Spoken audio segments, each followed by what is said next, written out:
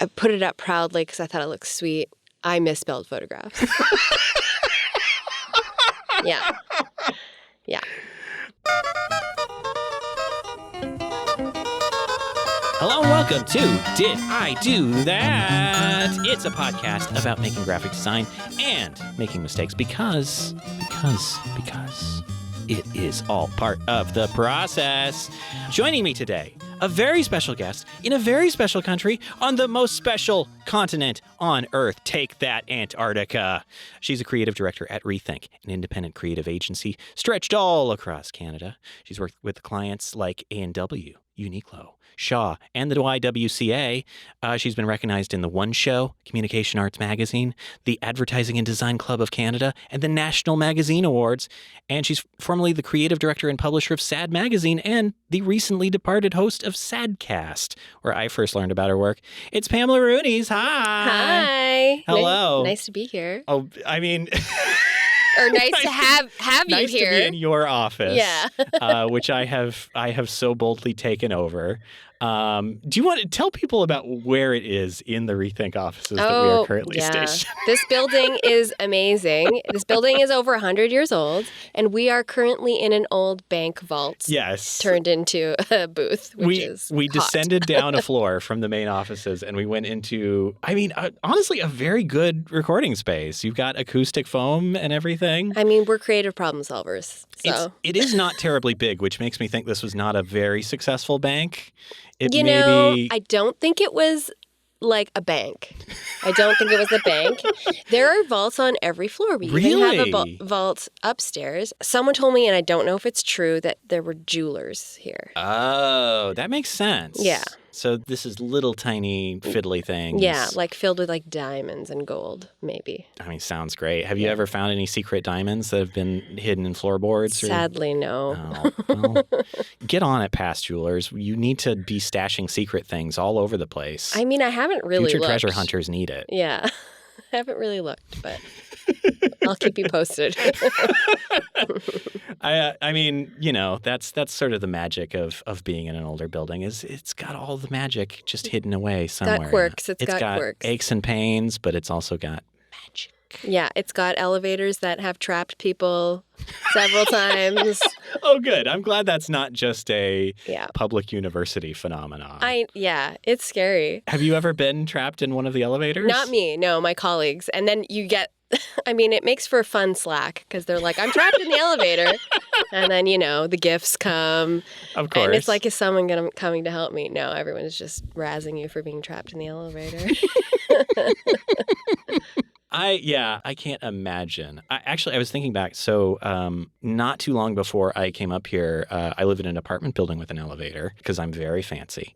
And one of my friends also lives in the building, and we were going upstairs, and she dropped her keys in the small gap between the elevator car and the door. That sucks. And I didn't even know that was possible to do, but it is. And they were gone forever? No. What? No, that's the craziest part. So, yeah, so like underneath the elevator car, at least in our building, it goes way down, like probably 6 or 7 feet. Like if you tried to jump off of it, you would be injured. Yeah. Shining a flashlight, you can kind of see the keys down there in like some dirt and stuff. So we were like, we gotta, she can't get into her apartment. Otherwise, what are you going to do? Did you fashion some kind of stick?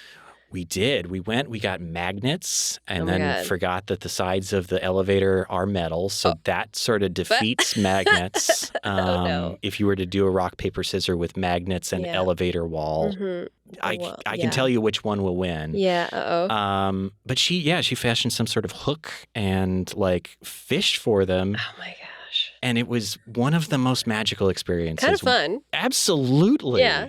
It's, just to completely like have to re-improvise. Yeah. This thing we tried, complete failure. Now. Oh my God. Amazing success. Bravo. Good one. Yeah. Congratulations on keys. Yeah. Hey. Key congratulations. It sucks to lose your keys. Absolutely. Oh, it's such a pain. At least she knew where they were, though. And it wasn't like, oh my God, where are they? I actually lost my keys recently. Oh God, all of them? And but I found them, so there's a happy ending.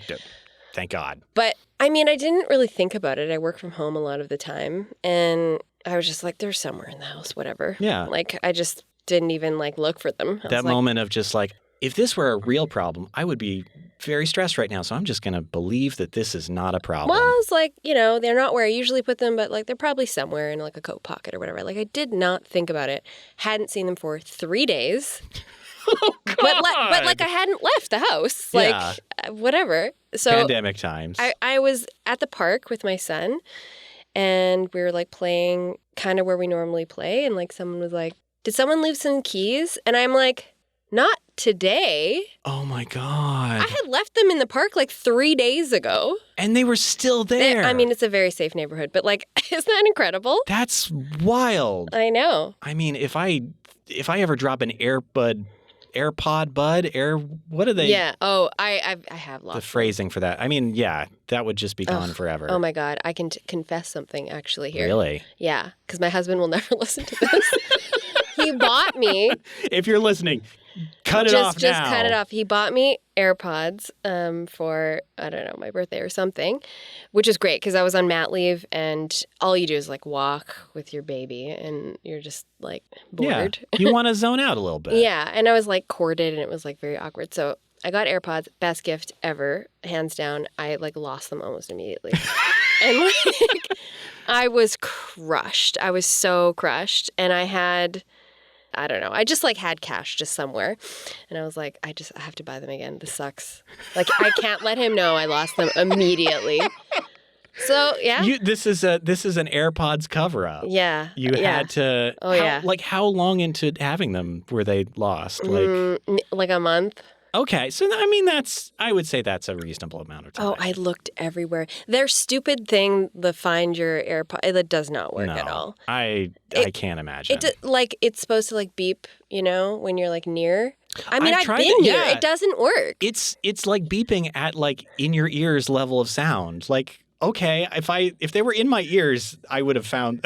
And it doesn't know where they are. Like it should be like whatever. I should put a air tag on it. I guess they just want you to buy air tags. This is like that's the whole they know what they're doing. Apple gambit. Here's a product that's slightly bad, but here's a solution. Here's a solution. The stupidest you don't like thing. those laptops you got 2 years ago? Oh, we fixed them now. I know, and I did get a new MacBook Pro, which doesn't have the stupid touch bar, and it has like ports again, which is great. God, when I bought the last of the Intel MacBook Pros, thinking like, oh, there's more ports now. This will last me, and I'm already ready to throw it out the window. I know, but we can't. I don't know. It's still better than a PC. Yeah. Oh God. Mm-hmm. So you went to Emily Carr. Mm-hmm. What sort of got you there? What made you want to go to an art school? I don't know. I mean, I think I am a creative person. I've always been interested in aesthetics and, you know, making things look just so. And I don't know. I've always been like creative in some way, either like creative writing or whatever. And I really just stumbled upon it, I think. I got into a school here. I grew up on the island. Let's back up. I grew up on Vancouver Island. And I got into a school here and I was like scared to come to Vancouver.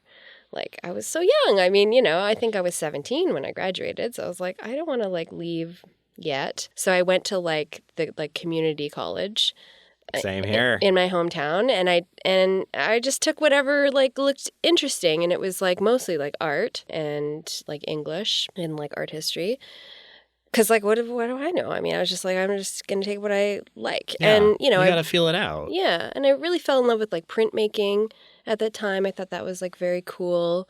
I liked that you could, you know, print on clothes. You know, I just love the versatility of that. And, I mean, I've always loved fashion. I don't know. It was really just, like, going with the flow.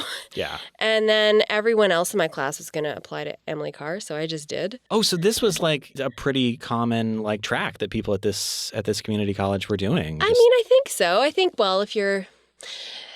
I don't think... They didn't offer a degree program, so it was kind of like, what are you going to do after, you know... Because I was there for 2 years, so I was like, yeah, what are you going to do after?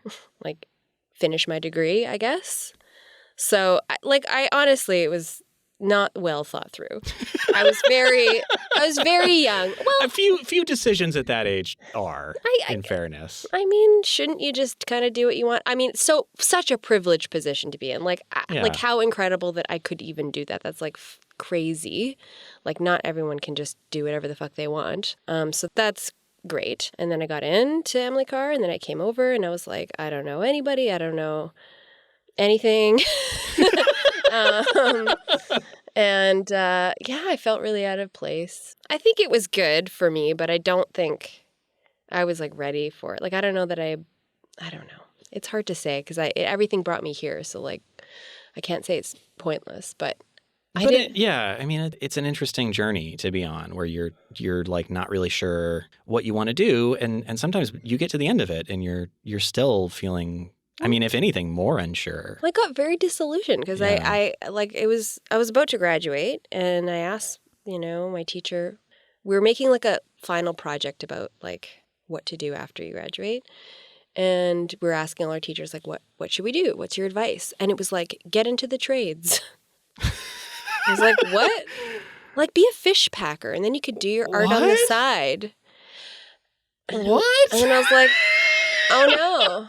What kind of advice is that? The advice is like, you have to live. Yeah. And like, you need some steady income. And I don't know. I feel like when you apply to art school, they should be like, are you comfortable like not doing this for a living? Are you going to do art no matter what? Yeah. You need to sign a release or something. Yeah. Like, I don't know. It felt very weird. And I was like, what? And I guess I hadn't really thought about it. Everything was so like, oh, maybe I'll do this or that, but like not really thinking about how to actually get there. At Emily Carr, you'd basically primarily done art stuff then, yeah, right? Mostly I did printmaking and photography. Yeah.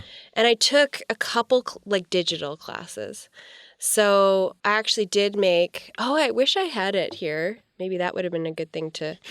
Actually, that's a perfect thing to discuss, and I can just explain it. I would love to hear. It was like the first digital art class ever. So first time I've ever used Photoshop. First, like learning how, like even what it is and like everything.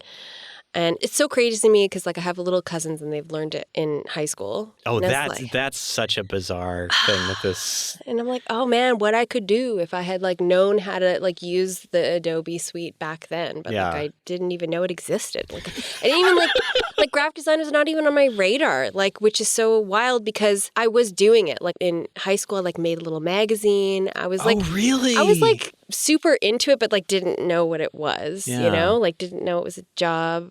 Which is kind of dumb if you think about it, but like you just don't really know about it. I mean, it's secretive. Like it feels like I mean, I always liken it to like at an event, like as a designer, you're kind of one of the crew. You're in the black, shirt and black pants, trying not to be seen as you're running around making things happen. Well, I mean, good design is invisible. Like it just looks like it should be there, right? Yeah. And you don't think about the person that made it usually.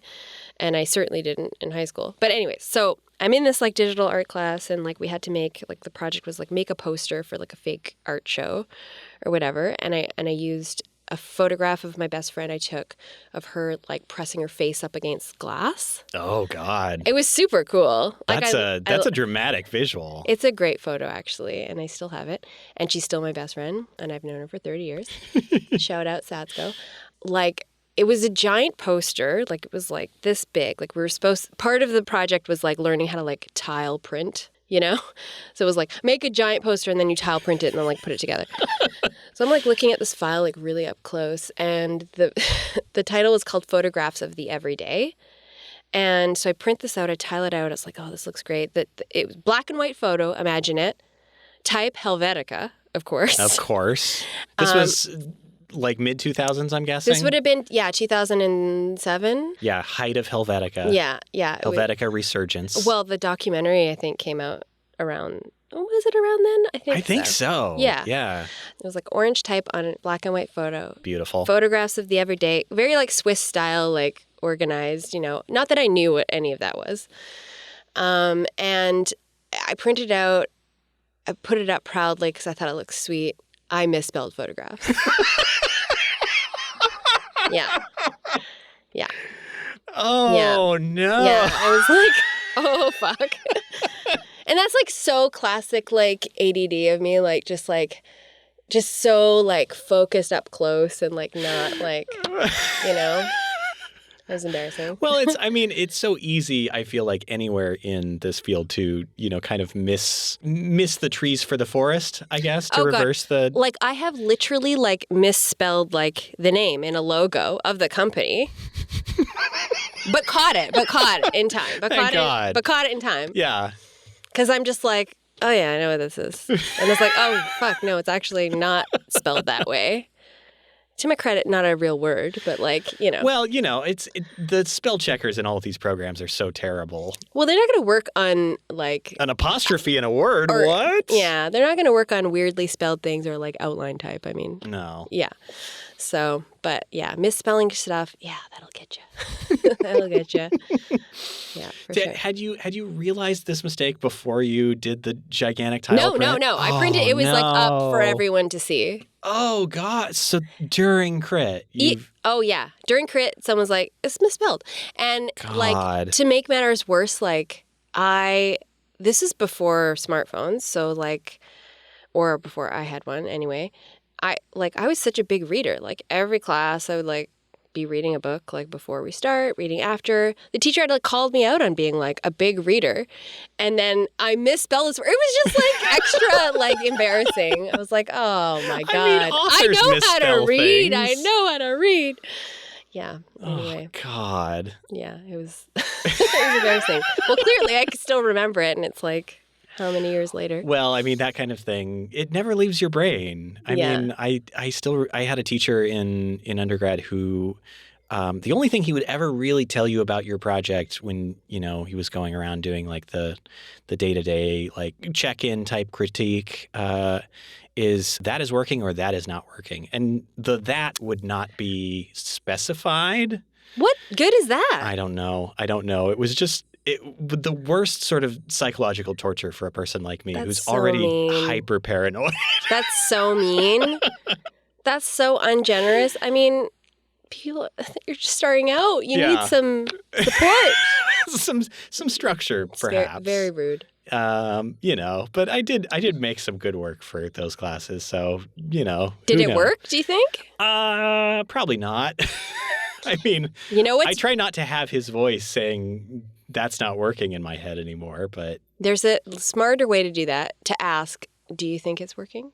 And I actually... Oh, that's some good psychology. And I do like to ask that, actually. Well, if I can remember, to like a junior, where it's just like so far gone and you don't even know where to start to tell them.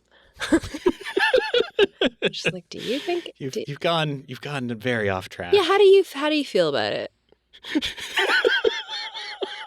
And then they usually answer their own question. Like they know. Usually Usually you get into the business, like we've all heard that Ira Glass quote, because you have good taste. You usually know you're not there. So you just let them know you also know. In the nicest way possible. Yeah, I mean, that's a very gentle way of letting people down. Anyone listening to this who I actually work with will like laugh at saying in the nicest way possible, because I'm not known to be very gentle. I would love to be better, and let the record show. I am trying. Like, everyone here is so talented. It's like a very humbling place to work. I mean, it seems like you're doing a lot of really incredible work. I try. I don't know. Yeah. No, honestly, I don't know. We just got our project killed this morning, so I'm feeling a little bit sad. Well, delayed, killed, I don't know. I can't really talk about it, but yeah, it was supposed to be like released today, but yeah, it's been delayed, so sad. Fingers crossed that delay doesn't turn into... I know. It's just, we don't know. We don't know. It's like beyond our control, but... Yeah, it's very sad. That happens. It happens. It does. I was like not even really surprised. Sometimes with the projects that you're most excited about, that'll just, they have a way of just vanishing. Well, I guess we're all used to things being delayed or whatever because of COVID, so.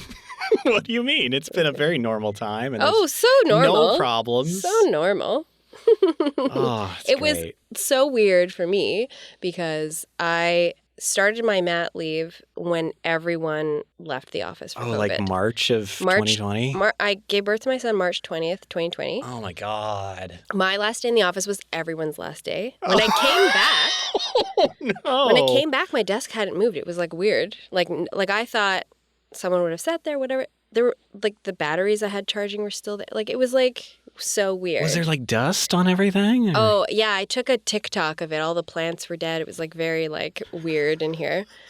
But yeah, I came back and everyone's so used to like Zoom and used to the whole new way of working. And I'm like on Zoom, like yelling, like, can you hear? And they're like, you don't have to. Yeah, I'm like so like a boomer. And yeah, it took a while to like get used to it. And then I'm going to go again. I'm pregnant again. So it's like, oh, congratulations. Thank you. Yeah. So I know, well, now I'm like, oh, we're heading into recession. So like there's like a different problem happening. Oh, it's a panoply. You know, we've got the monkeypox now. I mean, that at least is not fatal. Yeah, it doesn't seem like it. It sounds like it hurts a lot, but I wouldn't want it necessarily. Yeah, but I also wouldn't necessarily want to hang out with a monkey. I mean, They have extremely powerful arms. They do. Yeah. It has a cool name. It's way cooler than COVID. It's way cooler. Yeah, COVID is... I mean, I will say, like, Omicron, for as bad as Omicron has been, and it's sweet. What a cool ride this Omicron train has really been. That is the first one of these that has the name that really feels like it suits the thing. Totally. Like, it sounds like a sinister organization that James Bond is trying to take down. Yeah, 100. With a, bald antagonist and his cat. Yes. I'm just describing Spectre now. Yeah, yeah. But yes, it's true. I mean, the Greek alphabet provides, really. Yeah. Next up, like Zeta or whatever. Ooh, Zeta. Right? I mean, that'll be in the year 2355. Yeah, it's coming. Space viruses. Yeah, get ready. Zap Brannigan's trying to defeat them. Space virus, like that could be a thing. Oh, God, it could be. I do think about that with like, we went up to the moon and we left a bunch of stuff up there. We bring back bacteria to study. The bacteria mutates. It creates like, I don't know. Yeah. Moon virus. This is a great premise for and it could be ours. A movie. Like, there was our stuff on the moon with our bacteria, and now it's just been getting solar rays. And if superhero movies have taught me anything, that's a recipe for This is wild a great mutations. movie plot. We should stop now and just TM.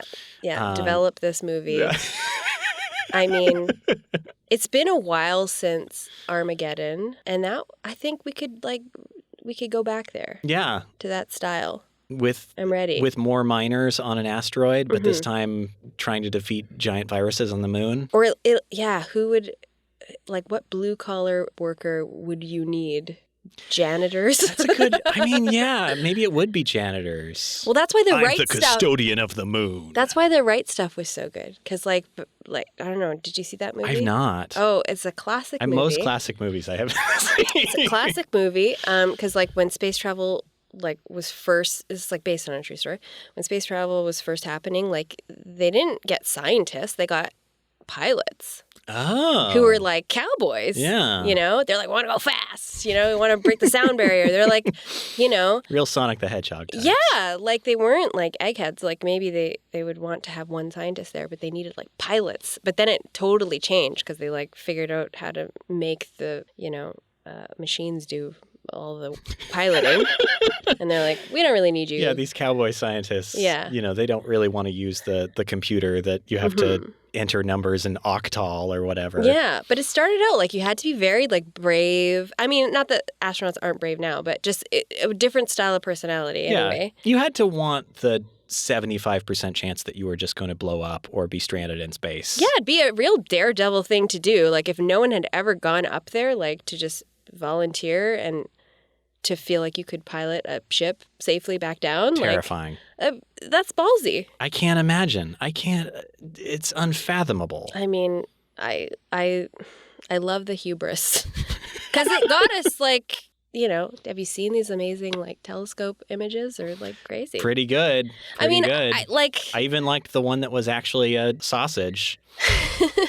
That one was great also. That one's funny. We just did a riff off that because we have a client that's like a sausage company. Oh, really? Yeah. They just posted posted about it. Galactically incredible sausages? Yeah, it's like the best sausage in the universe, I think they said. Very good. Yeah. Why not? It's just an Instagram post, just for fun. Yeah, I don't know what we're talking about. Space Welcome sausages. to this show, yeah. Oh, yeah, just like space travel. I mean, I think part of me feels like it's a waste of money, but I also love it so much. We went to NASA. We went to... Oh, really? Yeah, we went to Texas on a road trip, and we went there and just spent so much time.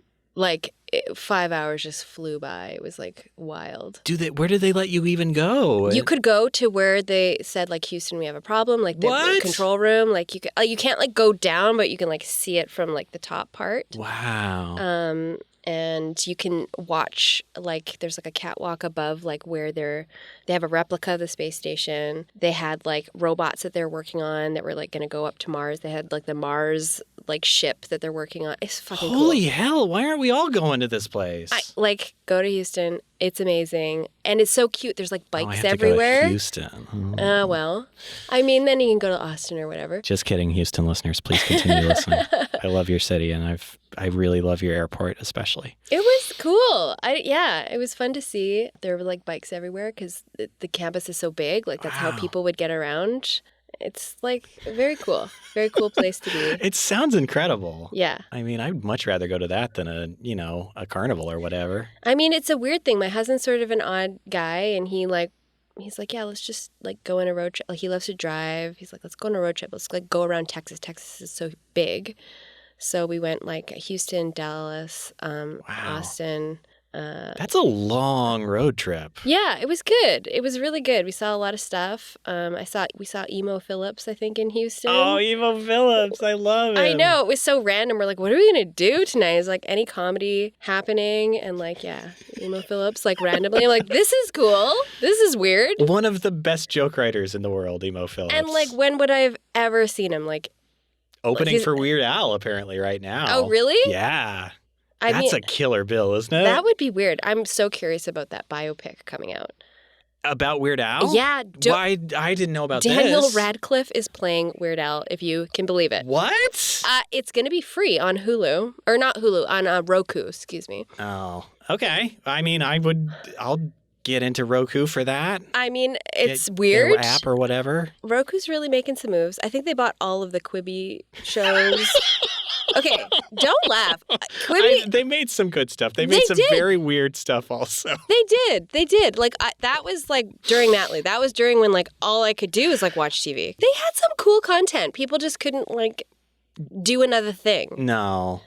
I think it was a very confusing ask, too. Like, it's on your phone, but it's also on the TV, and you can change how it flips. Like, it was just not necessary. No. You didn't really need to add that. God, that must have been so annoying for the editors, making everything in, like, 2 aspect ratios. What is that like on set? Like, I can tell you because we shoot commercials like this all the time, right? Because you're constantly trying to shoot for every...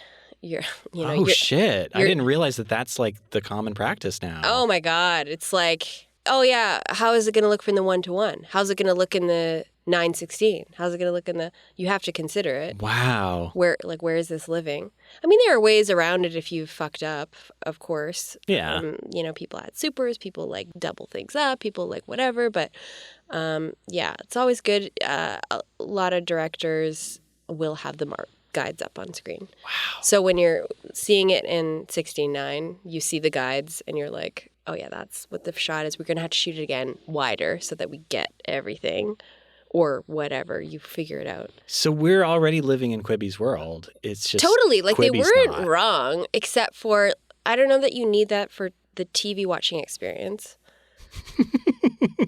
Like, just pick one. Yeah. Because I'm not, like, changing while I'm watching it. So it's like, just pick one. I mean, I know every time I watch anything, I'm just wildly flipping upside down and sideways, throwing my phone in the air, doing a juggling act. I mean, it's like maybe you would go from this to, like, lying down, like, maybe, but, like, it's not really a huge problem you're solving, I don't think. Probably not. No. Quibi. Yeah, see, as I said, I could spend this whole time talking about TV. I wasn't kidding. Let's We can go back to We should go back. So you graduated from Emily Carr. You're at the art gallery. Yeah. And you ended up going back to I went to Capilano University. It was not a university when I went. Yeah. Which is awesome. The IDEA program, amazing program. Oh my God. I'm so glad the timing worked out so that I didn't go back to Emily Carr because they also had a graphic design program. Yeah. Which is inferior. And I didn't know. I was just going to go back to what I knew and I could walk there. But the registration period closed for them. Yeah. They're just such great teachers at CAP. They really just would teach you down to if you go on vacation, you want to make sure your files are set up nice for the next person that comes in. Damn. That's good. Just super practical advice. Yeah. Which is so... It was a breath of fresh air to me coming from Emily Carr that was so theoretical and heady, which also made me snobby coming into CAP. But I think the two combine in a nice way because you do need to be conceptual to make good design work too. But you also need to know how to actually do it. Yeah. Before getting into CAP, did you have a sense that you wanted to do design when you came out of it? What drew you into design? Yeah, I ended up working at an art gallery because it just seemed a thing to do that was related. And I was the gallery director. Wow. It was a small art gallery doing the graphic design for the gallery, working on their newsletter and their show graphics. And then I was oh, I'm doing graphic design, but I don't know what I'm doing. And I applied to ad agencies thinking maybe I have enough. I didn't know what you needed. Yeah. I didn't know you needed a book. I sent them a resume from Word. Really did not know. Yeah. And kind of figured out you need to go back to school. And again, so fucking privileged to be able to go back to school. I mean, I had worked a little bit. I had found an incredible, the apartment I stayed at was such a shithole. It was so cheap. It was so cheap. And I lived there with someone. So I saved a lot of money. And then I also had amazing parental support and some student loans. So it was it all worked out, but I was lucky. So after you graduated, mm-hmm. what brings you here? What's the trajectory from there? Funny trajectory. It was right after... the recession then, so people were not, doing well. I got an internship at Cassette, and people were, packing up their desks. It was a sad scene. Shit. It was a sad scene. It was not, the greatest time. And I was I'm not going to get a job after this, I don't think. So I was, working on, McDonald's banner ads or something. It was, not cool, but I was, at Cassette. So it was a 2-month internship. But a month into it, I got a job offer from a smaller agency, and they shall remain unnamed. I was well, I still have this internship for a month. And she's we really need you now. And I was well, can I give 2 weeks notice? She's I really as soon as possible, Damn. And it was basically make this decision. Do you want a job or do you want to finish your internship? And I had to quit the internship because I wanted a job and I didn't look like I was going to get one there. Yeah. And that made me feel bad because I'm not a person that likes to bail out on something, I mean, it's a tough decision, but what else can you do if it doesn't feel like it's not yeah. And I was so new. I just didn't know. Maybe this is how it works. But now looking back, this woman, I hated her. So she was an awful person. Anyways, so I was there and I got another job offer from another small agency. And I was well, I just got this job, so no. And then I was working there for a few months and she would come down and yell at everyone for not changing the toilet paper or I don't know. Oh, cool. Just a really toxic personality. A little demanding perhaps. Just kind of wild and I just hated her. Anyways, it was awful. Yeah. So, and I think, and one time she said she liked to argue with people. She said it was fun.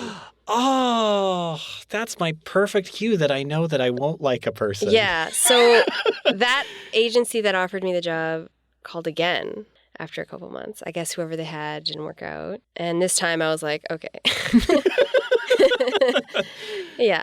So that... Please, if you can hear this, I need to get out. I know. Please. It was like divine intervention. And that place was so great. So that's If Agency on the North Shore. It's super small, mom and pop, like literal mom and pop, like a couple run it. And I think they just like sold it now.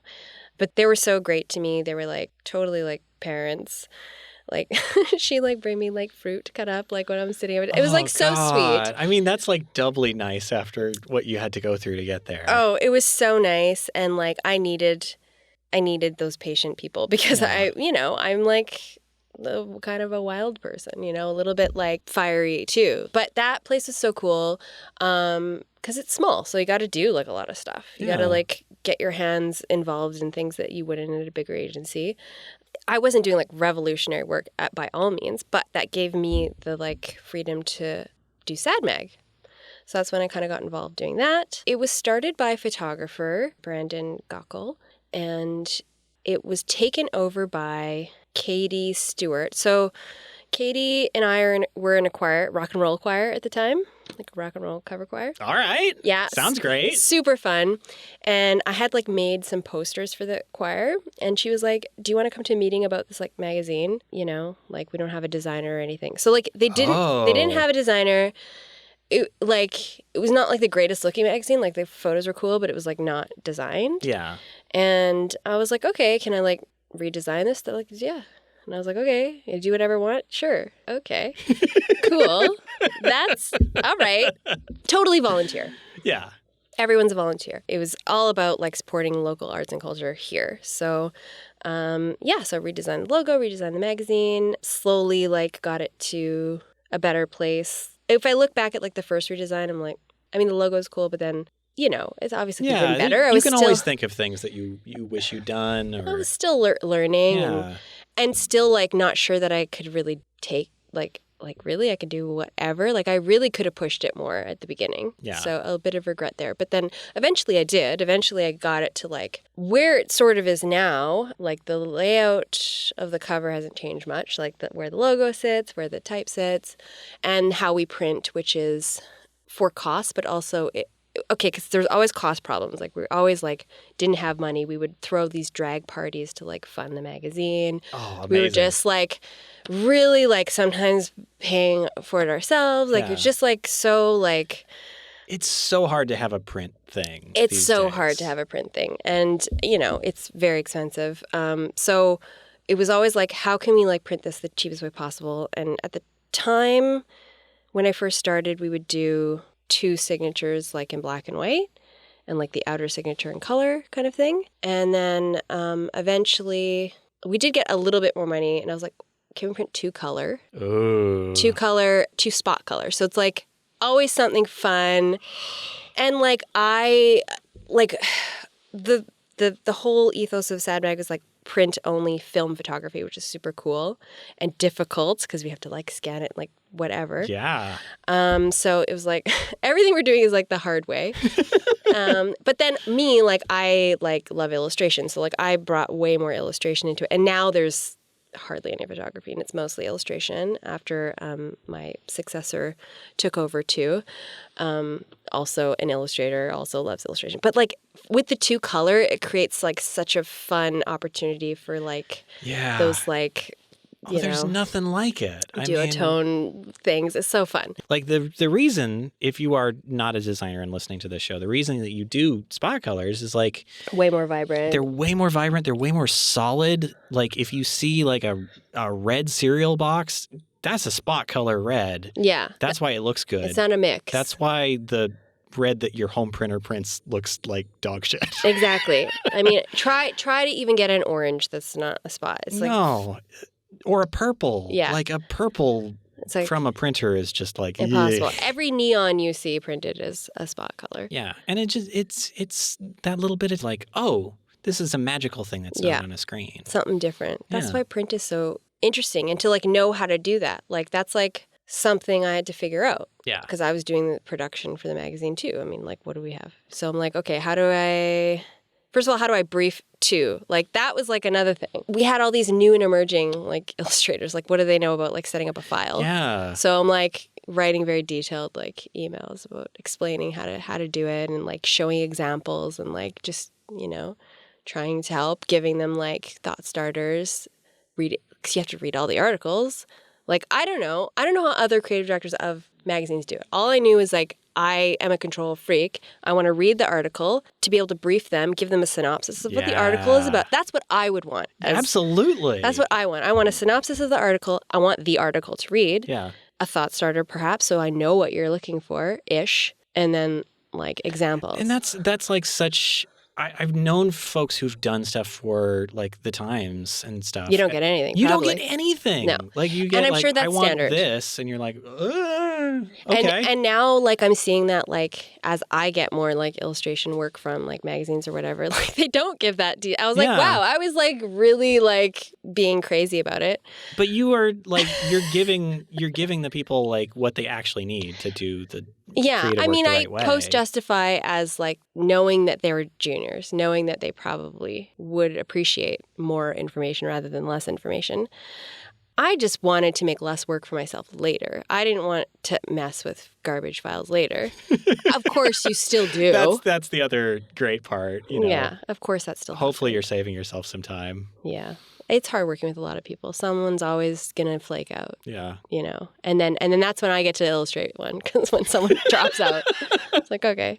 How much time would like you have to put together an issue and, get all these like we were doing them commissioned? Quarterly, and then it was like not really, and then it was like three a year, and then eventually we'd change it to 2 times a year, but like longer issues. It was just like easier for everyone because we all had full-time jobs and just hard to fit that in. And then it just got harder and harder. And then once I like was gonna have a kid, I was like, I gotta give this up.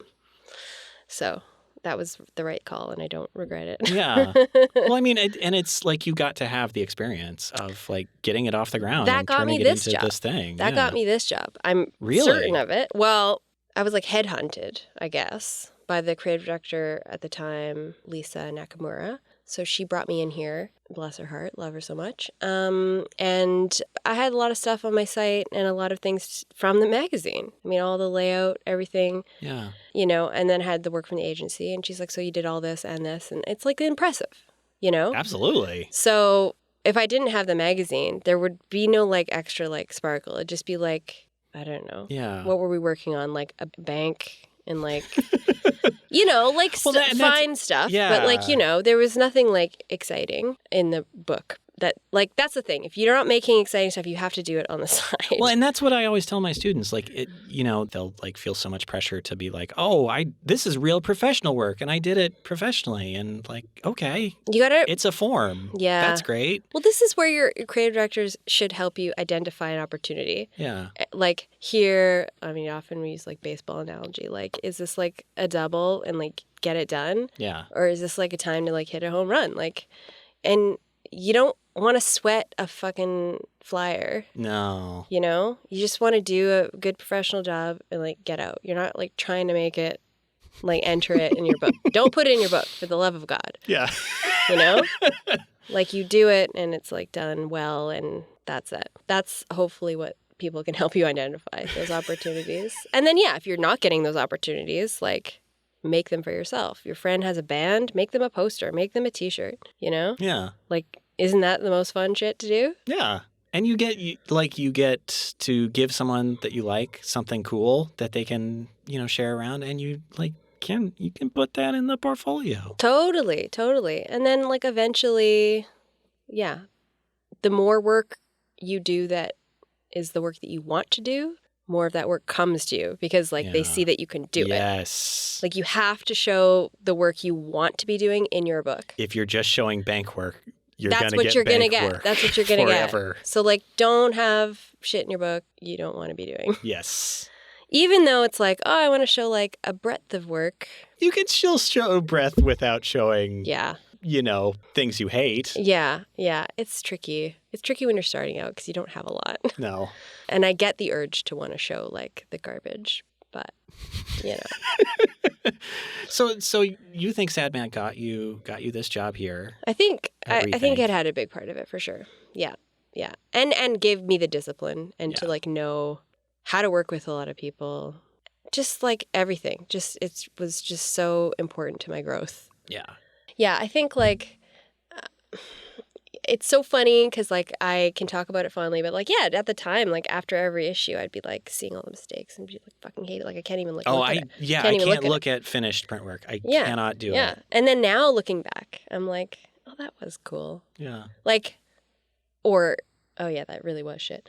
I mean, but like more often than not, a lot of the time I'm like, oh yeah, I was doing some fun stuff, and I always tried to do something conceptual. We eventually changed the issues to be themed, which really helped like wrap like some concept. Like we did a suburbia theme, and we did like a choose your own adventure, and it was like how to get out of the suburbs like throughout the whole thing. That was like so cool. We did like a motion issue or movement issue, and I tried to do like a stop motion animation in the corner that didn't. A flip book! It didn't work. Yes, it didn't work. Yes. It didn't work. It didn't work.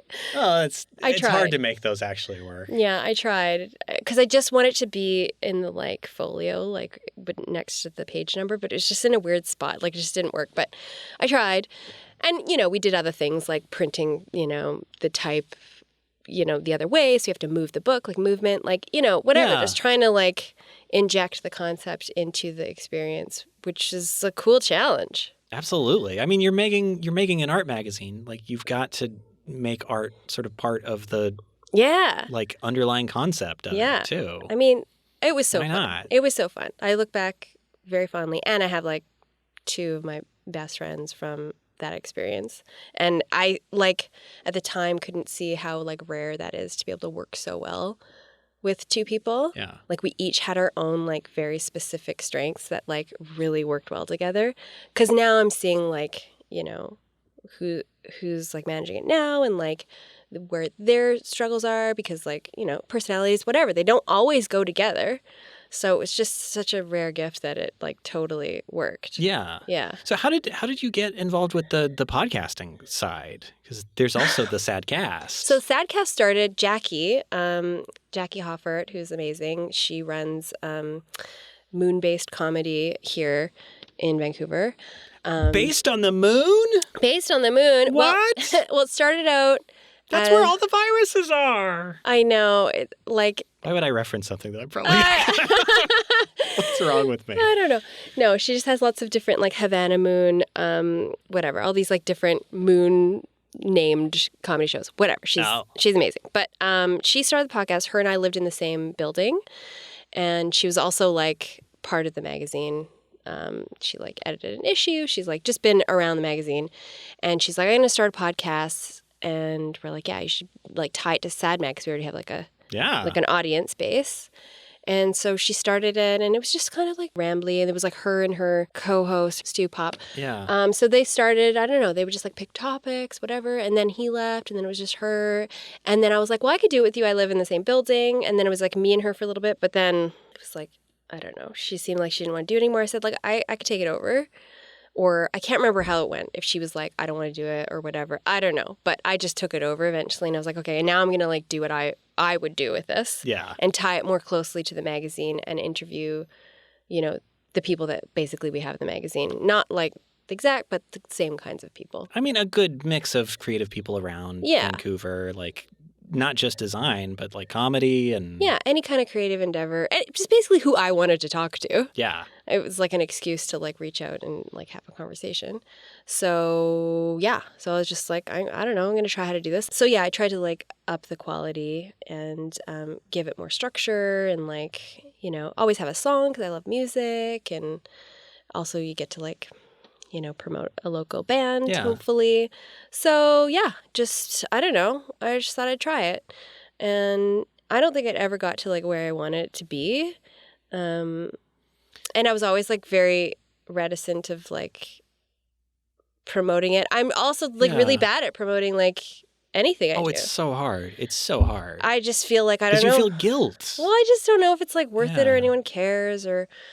Well, I will say, like, I did a lot of research in, preparing to come up here, and finding that was such a breath of fresh air, because it felt like you were doing the show that I want to do. Oh, and, that's like, nice. It's so... If you are a listener to this show and you enjoy this show but wish it were better, you should listen. Stop. You should listen to Sadcast. Stop. Because it's also like, I mean, you get such a good breadth of people on there, and there's a lot of energy in this city. Yeah, it's true, and that's like the most fun. Just like really getting to talk to all these cool people, and like, I don't know, I think I just want to know a lot of people. I think. Yeah. And it's so useful. It's so useful, especially here in this industry. You're like, oh, I need someone to like do a mural. It's like, I know someone.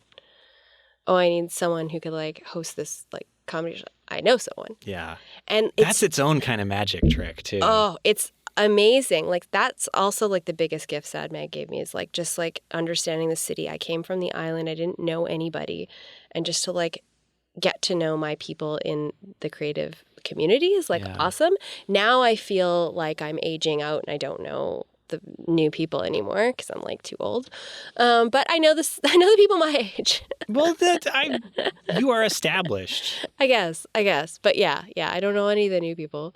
So it's weird. Getting older in a creative field is different. Yeah. Is different. You're like, do people want stuff made by someone old? Will I know what's cool anymore? There's like some... Oh, I gave up on knowing what's cool years ago. I'm holding on. I'm trying to hold on, but like... I'll never be able to do the string dance or whatever the hell it's called. Yeah. Shoelace. What is it called? Marionette dance? I don't know. No, flossing. Oh, flossing. That's what it is. Oh my God. Just conflating it with the Conan O'Brien string dance. Well, I certainly can't floss, but I don't think that's a mark of coolness. I don't know. I don't know, guys. My dentist keeps telling me to, but I don't have the time to learn. We actually have a pile of floss upstairs. Unrelated. You should take some before you go. Why do you have a pile of floss? Because there is a woman here whose husband is a dentist, and she always brings us toothpaste and floss. You're getting dentist merch? I have a lifetime supply of toothpaste. Because shout out to April. Thank you, April. Yeah. April supplying the good creatives of Vancouver with all their dental supplies. And she'll even give you like the heads to like the expensive like toothbrushes. Oh, the Sonicare? Yeah. Damn, that's a... it's like a good better dentists up here than I would say. It's a good hookup. Well, I don't know how she's getting them. I mean, I don't know. I don't want to know. There's a certain truck that they fall off of every once in a while. And, I don't ask questions. Yeah, who knows where they come from. Yeah, exactly. Big dentist.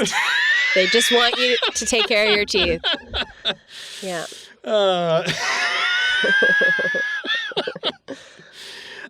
Pamela, if people want to find out more about your work or where to get dentistry equipment, I guess. Oh my God. I don't even know. I mean, I guess go to my Instagram is probably the most up to date. It's just like at Pam Rounis. And the Sadcast is now hosted by Becca Clarkson. It is still a wonderful show. She's doing a different show. She has a news background, so it sounds like more professional in that way. She's like kind of crafting stories in a different way, which is very cool, still cool. So listen to the Sadcast. And I'm trying to open my iPad and it's decided to turn everything you said into Siri. Oh. Sorry. Uh-oh. Now you're going to have a transcription of that. But anyways, I have like nothing really to plug. I mean, yeah. Well, follow me on Instagram, I guess. Yeah. Give Pamela a follow and, check out Sad Mag too and the Sadcast. Yes, definitely check out Sad Mag. Please subscribe. Yeah. I'm now no longer affiliated, but I am a big supporter and they're doing cool stuff. Beautiful. Well, thank you, Pamela, for being on this very goofy show in this very, very hot box. Thank you for having me. And thank you to, as I've written here, bracketed listener, which is I guess where I would insert the listener's name. So imagine that I'm saying your own name here, listener, and that's how we're closing the show. If you do like this show, why not subscribe to it in your podcast player of choice? And did you know you can get to all of them, whatever one your heart desires, and many that your heart outright rejects? I'm looking in your direction, Stitcher, from our brand new website, dididothat.design. There you can find some good images that go along with each episode. Previously, those were just relegated to Instagram, but now they're up on the website too. And, if you want those images also less and less frequently delivered directly to you in your newsfeed, you can follow the show on Instagram and Twitter. Boy, I love that algorithm change. It's not caused any problems for me at all. So yeah, this is Did I Do That? I'm Sean Schumacher. And as we always say... Did I do that? Somebody finally did it. All right. Thank you. Bye.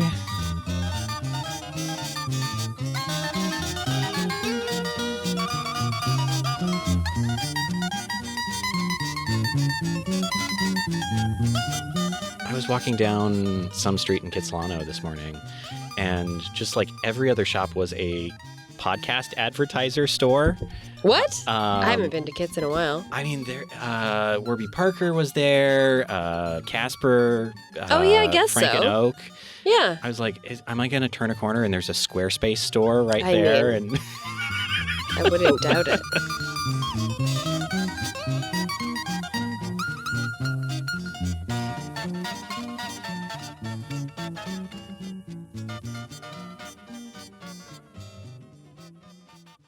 No, none of this makes sense. No.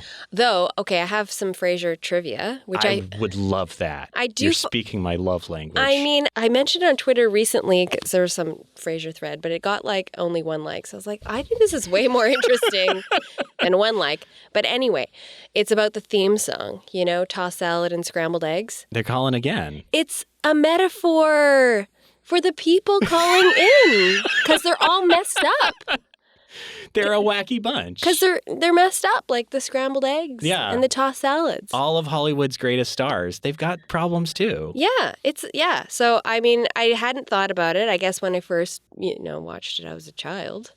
Not that I think too deeply about it now, but like to figure out that it's a metaphor is like, yes, that makes perfect sense. It's such a bold thing also to start and end your show with just a very chill jazz number. I love it. Like, every show should do that. Now we're going into Friends, and it's just, whoa.